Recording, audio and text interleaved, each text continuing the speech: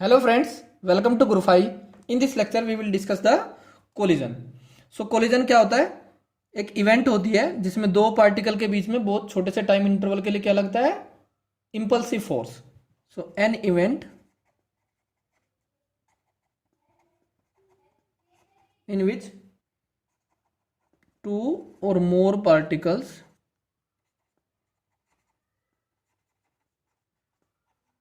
exert forces on each other for a short interval of time.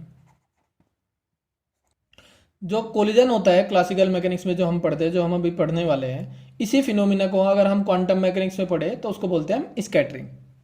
So the phenomena of collision in classical mechanics is similar to scattering in quantum mechanics. जैसे हम Rutherford scattering experiment discuss करेंगे details में next आने वाले lectures में. सो वो भी किसका एक एग्जांपल है? कोलिजन का ही. अब सपोज हमारे पास दो पार्टिकल है, एक m1 मास का और एक है m2 मास का. सपोज इसकी वेलोसिटी u1 मैंने मान ली इस डायरेक्शन में और इसकी वेलोसिटी इस डायरेक्शन में. कोई भी आर्बिट्रेरी डायरेक्शन हो सकती है. ये u2 सपोज ये सेंटर ऑफ मास है इन दोनों का. इसकी वेलोसिटी सपोज ये है ucm. ओके, अब ये है बिफोर कोलिजन. कोलिजन के बाद में जो m1 m2 है उनकी वेलोसिटी और किसी डायरेक्शन में हो सकती है. सपोज m1 की वेलोसिटी ये होगी, ये सेंटर ऑफ मास की वेलोसिटी सपोज ये होगी vcm, और जो m2 है उसकी वेलोसिटी सपोज ये होगी v2. ये है आफ्टर कोलिजन. तो सेंटर ऑफ मास की वेलोसिटी क्या हो जाएगी before collision? m1 u1 plus m2 u2 upon m1 plus m2. Similarly vcm क्या हो जाएगी? m1 v1 plus m2 v2 upon m1 plus m2. अब जो टोटल लीनियर मोमेंटम होगा सिस्टम का before and after the collision वो क्या रहेगा? सेम, क्योंकि एक्सटर्नल फोर्सेस तो कोई है नहीं सिस्टम पर, बस m1 m2 पर लगाएगा और m2 m1 पर लगाएगा. तो total linear momentum before the collision is m1 u1 plus m2 u2 और after the collision is m1 v1 plus m2 v2. अब यहां से देखो m1 u1 plus m2 u2 क्या है? ucm into m1 plus m2 और m1 v1 plus m2 v2 क्या है? vcm into m1 plus m2. तो यहां से हम लिख सकते हैं m1 plus m2 ucm equal to m1 plus m2 vcm. So यहां से आ जाएगा हमारा ucm इक्वल टू vcm. तो जो सेंटर ऑफ मास की वेलोसिटी होती है before and after the collision वो क्या रहेगी? Same. So velocity of centre of mass remain same before and after the collision. करेंगे collision between incident particle and stationary target nucleus like as that in Rutherford scattering experiment. So पहले देख लेते हैं lab frame में. Lab frame suppose ये particle है m1 mass का जो है इंसिडेंट पार्टिकल, इसकी velocity u1 in lab frame. ये स्टेशनरी न्यूक्लियस है जिसका मास है m2 और कुछ सेंटर ऑफ मास की वेलोसिटी होगी लैब फ्रेम में. ये मान ली मैंने ucm before the collision. Before collision so ucm क्या हो जाएगी? m1 u1 upon m1 plus m2 as u2 तो जीरो है. और कोलिजन के बाद में इसकी वेलोसिटी v1, सेंटर ऑफ मास की वेलोसिटी vcm और इसकी वेलोसिटी सपोज v2.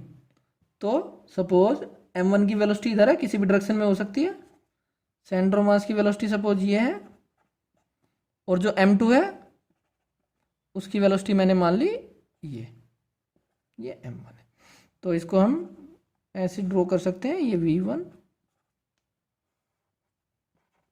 ये v2, और सेंटर ऑफ मास की वेलोसिटी ये रहेगी। जितनी सेंटर ऑफ मास की वेलोसिटी कोलिजन से पहले थी उतनी ही बाद में होगी। UCM will be equal to VCM। अब जो ये इंसिडेंट पार्टिकल इस डायरेक्शन में डिफ्लेक्ट हो गया इनिशियल डायरेक्शन से, तो जिस एंगल से डिफ्लेक्ट होता है उसको बोलते हैं हम स्कैटरिंग एंगल। सो थीटा क्या है? स्कैटरिंग एंगल, ये एंगल ऑफ स्कैटरिंग। अब जो टारगेट न्यूक्लियस इधर चला गया, ये जितना एंगल बनाता है इसको बोलते हैं recoil angle, where VCM is equal to m1v1 plus m2v2 upon m1 plus m2, और ये किसके बराबर है? UCM। That means m1u1 upon m1 plus m2। अब हम इसको देखेंगे सेंटर ऑफ मास फ्रेम में। Centre of mass frame, centre of mass frame में जो m1 पार्टिकल है इंसिडेंट पार्टिकल, उसकी वेलोसिटी कोलिजन से पहले u1 डैश, ये कितनी? u1 minus UCM। सो u1 minus m1 u1 upon m1 plus m2। इसको सोल्व करेंगे तो ये कितना आ जाएगा? m2 u1 upon m1 plus m2। जो टारगेट न्यूक्लियस है उसकी velocity u2 dash, u2 minus UCM, ये तो जीरो है, सो जीरो माइनस UCM ये है, सो ये आ जाएगा m1 u1 upon m1 plus m2 minus में। और जो कोलिजन के बाद है वेलोसिटी v1 डैश, वो कितनी? v1 minus VCM and v2 dash will B v2 minus VCM। अब हमें पता है जो मोमेंटम है वो क्या रहेगा? Zero in centre of mass frame before and after the collision, क्योंकि जो सेंटर ऑफ मास फ्रेम होता है वो कैसा होता है? Zero momentum frame. So m1 u1 dash plus m2 u2 dash will be equal to zero, equal to m1 v1 dash plus m2 v2 dash. तो यहाँ से हम एक चीज देख सकते हैं कि जो u2 डैश और u1 डैश है वो एक ही लाइन के अलोंग है, लेकिन डायरेक्शन क्या होगी? अपोजिट। ऐसे ही v1 डैश और v2 डैश एक ही लाइन के अलोंग है, लेकिन डायरेक्शन क्या होगी? अपोजिट। अब इसको हम ड्रॉ करते हैं। सपोज जो m1 पार्टिकल है वो इधर आ रहा है, इसकी वेलोसिटी कितनी? u1 dash in centre of mass frame. तो सेंटर ऑफ मास कैसा होगा? रेस्ट पर ऐसे, तो ये ऐसे जा रहा होगा, तो m2 इधर से आ रहा होगा जिसकी वेलोसिटी कितनी? u2 dash. अब ये इधर से आ रहा है, ये इधर से आ रहा है, फिर कोलिजन के बाद इनका डिफ्लेक्शन हो जाएगा। सपोज m1 जो है ऐसे चला गया, स्कैटर हो गया ये, तो m2 किधर जाएगा? उसके बिल्कुल अपोजिट, क्योंकि v1 डैश और v2 डैश क्या होंगे? एक दूसरे के अपोजिट। तो ये डायग्राम कुछ ऐसा हो जाएगा, ये ऐसे जाके ऐसे मुड़ जाएगा, ये हो जाएगी इसकी वेलोसिटी, ये मैंने डिनोट कर दी v1 डैश से। तो m2 कैसे जाएगा? इसके बिल्कुल अपोजिट, क्योंकि v1 डैश और v2 डैश क्या हो गए? एक दूसरे के अपोजिट, तो ये ऐसे जाएगा बिल्कुल। ओके, तो जो ये एंगल है अगर मैं इसको मान लेता हूं थीटा डैश, ये क्या हो गया? Scattering angle in centre of mass frame. तो ये वाला एंगल कौन सा होगा? रिकॉइल एंगल, जिसको मैं डिनोट कर दिया फाई डैश से। लेकिन ये क्या है? 180, तो फाई डैश किसके बराबर हो जाएगा? पाई माइनस थीटा डैश। ये हो गया एंगल ऑफ रिकॉइल। सो जो सेंटर ऑफ मास फ्रेम है उसमें थीटा और फाई दो एंगल है, लेकिन यहाँ पर थीटा डैश और फाई डैश में एक रिलेशन आ गया, जिसकी वजह से इन दोनों एंगल को सोल्व करने के बजाय हमें केवल एक एंगल फाइंड करना है, तो दूसरा एंगल इस इक्वेशन से आ जाएगा। सो एक अननोन कम हो जाता है सेंटर ऑफ मास फ्रेम में, इसलिए सेंटर ऑफ मास फ्रेम में इक्वेशंस को सोल्व करना थोड़ा ईजी रहता है, इसलिए हम centre of mass frame use करते हैं। Now we will draw the velocities of incident particle and the target nucleus in both the frame, centre of mass frame and lab frame, but after the collision. So collision के बाद में जो incident particle की velocity है वो है v1 और target nucleus की वेलोसिटी कितनी है? v2, और सेंटर ऑफ मास फ्रेम में v1 डैश और v2 डैश। तो जो ये दो इक्वेशन है इनको ड्रॉ करना है हमें। सो सपोज मैं सेंटर ऑफ मास की वेलोसिटी इधर ले लेता हूँ, ये है velocity of centre of mass just after the collision, और ये किस में है? लैब फ्रेम में। अब v1 मैं इस डायरेक्शन में ले लेता हूँ, ये है V1। सो V1 डैश क्या हो जाएगा, V1 माइनस VCM। सो V1 डैश ये हो जाएगा। सो यह ऐसे भी कर सकते हैं, V1 dash plus VCM equal to V1, VCM plus V1 dash will be equal to V1। So इसको मैं दूसरे कलर के पेन से दिखा देता हूँ। ये है V1 डैश। अब V2 के लिए ये क्या है, वेलोसिटी ऑफ टारगेट न्यूक्लियस, तो वो सपोज इस डायरेक्शन में जा रहे हैं। और क्योंकि जो इंसिडेंट पार्टिकल की वेलोसिटी है कोलिजन के बाद वो इधर को है, तो जो टारगेट न्यूक्लियस की वेलोसिटी होगी सेंटर ऑफ मास फ्रेम में वो बिल्कुल इसके अपोजिट होगी। सो वो वेलोसिटी हो जाएगी ऐसे। सो ये वेक्टर यहां से मीट करेगा। सो ये वेलोसिटी हो जाएगी V2 और ये वेलोसिटी हो जाएगी V2 डैश। ये एंगल है थीटा, ये एंगल है फाई, स्कैटरिंग एंगल और ये recoil angle in left frame. और जो सेंटर ऑफ मास फ्रेम है उसमें ये है थीटा डैश और ये है phi dash, where phi dash equal to pi minus theta dash. अब हम टेन थीटा और टेन फाई निकालेंगे। टेन थीटा किसके बराबर है, परपेंडिकुलर अपॉन बेस। ये परपेंडिकुलर कितना हो जाएगा, अगर मैं यहाँ परपेंडिकुलर ड्रॉ करता हूँ, V1 dash sine theta dash. So ये हो जाएगा V1 dash sine theta dash upon base, एक तो VCM है और एक V1 dash cos theta dash. So VCM plus V1 dash cos theta dash. Similarly tan phi किसके बराबर हो जाएगा, टेन फाई परपेंडिकुलर ड्रॉ करूंगा यहाँ पर। सो क्या हो जाएगा V2 डैश, ये एंगल कितना थीटा डैश, सो V2 dash sine theta dash upon VCM में से इसको सब्ट्रैक्ट कर देंगे। सो VCM minus V2 dash cos theta dash. तो यहाँ से टेन फाई और टेन थीटा आ जाते हैं हमारे। अब इसको थोड़ा सा और सोल्व कर सकते हैं, हम लिख सकते हैं sign theta dash upon V1 dash से डिवाइड कर दिया तो ये हो जाएगा VCM upon V1 dash plus cos theta dash. और इसको लिख सकते हैं sign theta dash upon VCM upon V2 dash minus cos theta dash. तो ये दो फॉर्मूले हो जाते हैं हमारे एंगल ऑफ स्कैटरिंग और रिकॉइल एंगल फाइंड करने के।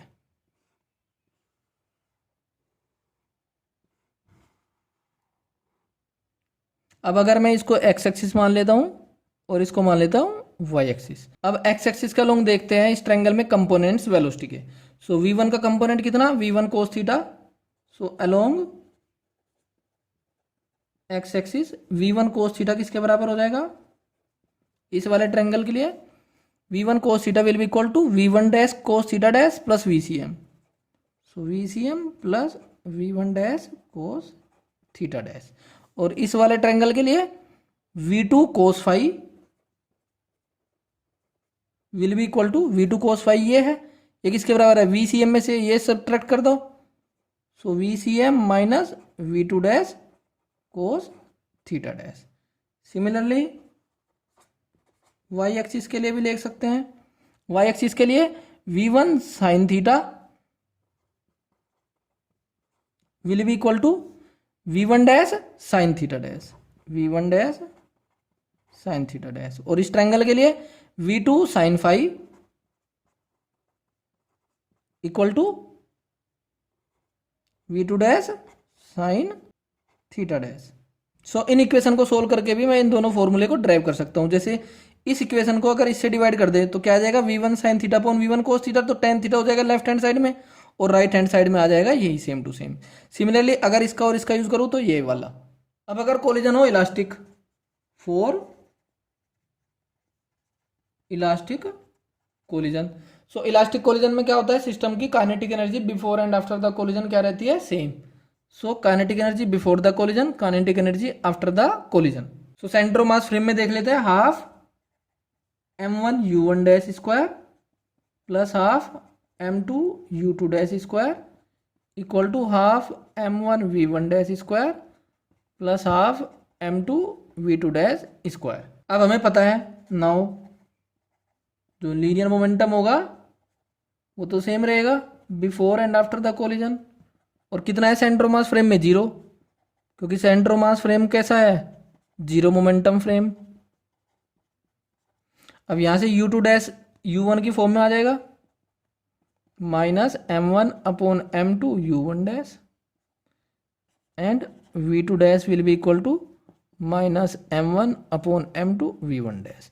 तो इन दोनों की वैल्यू यहाँ पुट करो तो देखते हैं क्या होता है। Half m1 u1 dash square plus half m2 की value m1 upon m2 u1 dash, इसका स्क्वायर माइनस का तो स्क्वायर प्लस हो जाएगा, half m1 v1 dash square plus half m2 minus m1 upon m2 v1 dash square. So इधर से क्या आ जाएगा? Half m1 u1 dash square plus half m1 square upon m2 square, m2 से एक m2 cancel, तो यह आ जाएगा m2 square upon m2 u1 dash square equal to half m1 v1 dash square plus half, यहाँ पे भी वही m1 square upon m2 v1 dash square. u1 dash square common ले लूँ तो कितना बचेगा? m1/2 m1 square upon 2m2, और राइट साइड में v1 डैश स्क्वायर कॉमन ले लूँ, m1/2 plus m1 square upon 2m2, इससे ये कैंसिल, तो यहाँ से आता है u1 dash square equal to v1 dash square. That means u1 dash का मैग्नीट्यूड किसके बराबर होगा? v1 डैश के मैग्नीट्यूड के। सिमिलरली प्रूव कर सकते हैं u2 डैश का मैग्नीट्यूड होगा v2 डैश के मैग्नीट्यूड के बराबर। सो नोट करने की बात है, in centre of mass frame the magnitudes of velocities of particles remains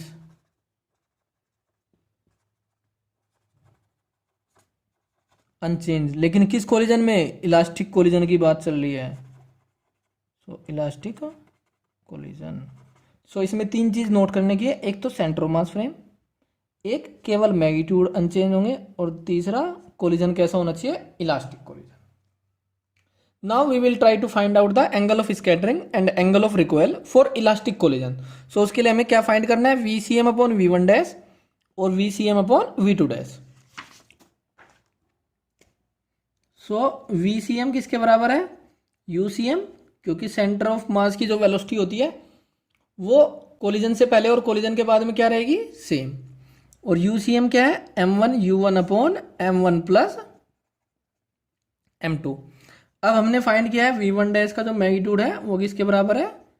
u1 dash के मैग्नीट्यूड के बराबर, एंड v2 डैश का मैग्नीट्यूड u2 डैश के मैग्नीट्यूड के बराबर। नाउ u1 डैश किसके बराबर है? u1 minus UCM। सो ये आ जाता है m2 upon m1 plus m2 u1। Similarly u2 dash 0 minus UCM, सो ये आ जाएगा minus m1 upon m1 plus m2 u1। तो ये हम पहले भी देख चुके हैं।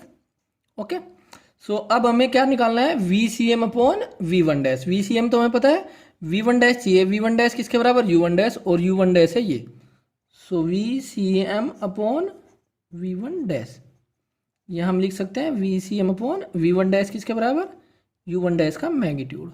सो VCM ये है m1 u1 upon m1 plus m2, और u1 dash m2 u1 upon m1 plus m2। इससे ये कैंसिल, इससे ये कैंसिल, तो ये आ जाएगा m1 अपॉन m2। सो जो एंगल ऑफ स्कैटरिंग है वो किसके बराबर हो जाएगा? Sign theta dash upon VCM upon v1 dash क्या है? m1 upon m2 plus cos theta dash. अब इसमें हम एक कंडीशन लगाएंगे, if m1 equal to m2। सो ये कितना हो जाएगा? 1। सो यहाँ से आ जाएगा tan theta equal to sine theta dash upon 1 plus cos theta dash. तो अगर इसको सोल्व करेंगे तो ये वैल्यू आ जाएगी थीटा की थीटा डैश बाई 2, यहाँ पर ला के 2 sign theta dash by 2 cos theta dash by 2, इस तरह से। सो ये आ जाएगा हमारा। लेकिन ये किसके लिए है? कोलिजन इलास्टिक होना चाहिए और दोनों पार्टिकल का मास क्या होना चाहिए, सेम। अब बात करते हैं टेन फाई की। टेन फाई क्या है, sine theta dash upon V C M upon V two dash, V C M upon V two dash minus cos theta dash. अब V C M upon V two dash की value चाहिए। V C M तो ये हो गया, we two dash क्या है, you two dash के बराबर, और यू टू डैश का मैग्नीट्यूड है ये, तो M one U one upon M one plus M two, और ये भी M one U one upon M one plus M two. तो V C M upon U two dash किसके बराबर आ जाएगा, वन के बराबर। सो ये हो जाएगा sign theta dash upon one minus cos theta dash. तो यहाँ से जैसे वहाँ सोल्व किया ऐसे यहाँ पे सोल्व कर लेंगे। तो इसको मैं करके दिखा देता हूँ, sine theta dash by two cos theta dash by two upon one minus, इसको लिख सकते हैं one minus two sine square theta dash by two, one से वन कैंसिल, तो ये नीचे क्या हो जाएगा, two sine square theta dash by two, two से two sine theta dash by two से sine theta dash by two, so ये हो जाएगा cot theta dash by to. इसको हम लिख सकते हैं tan 90 minus theta dash by two. So phi कितना आ गया यहाँ से, pi by two minus theta dash by two. अब थीटा डैश बाई टू हमने क्या फाइंड किया, अगर दोनों पार्टिकल का मास हो सेम, क्या फाइंड किया, थीटा। सो यहाँ से हम लिख सकते हैं phi equal to pi by two minus theta. So यहाँ से आ जाएगा theta plus phi equal to pi by to.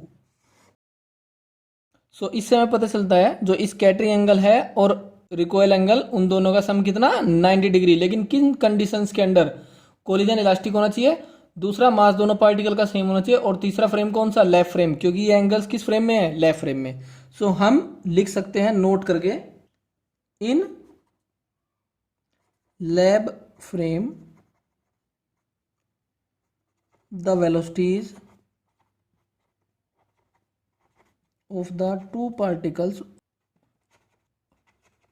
identical mass particles for elastic collision are perpendicular to each other. Now in the next lectures we will discuss about the scattering cross section, impact parameter and the Rutherford scattering experiment.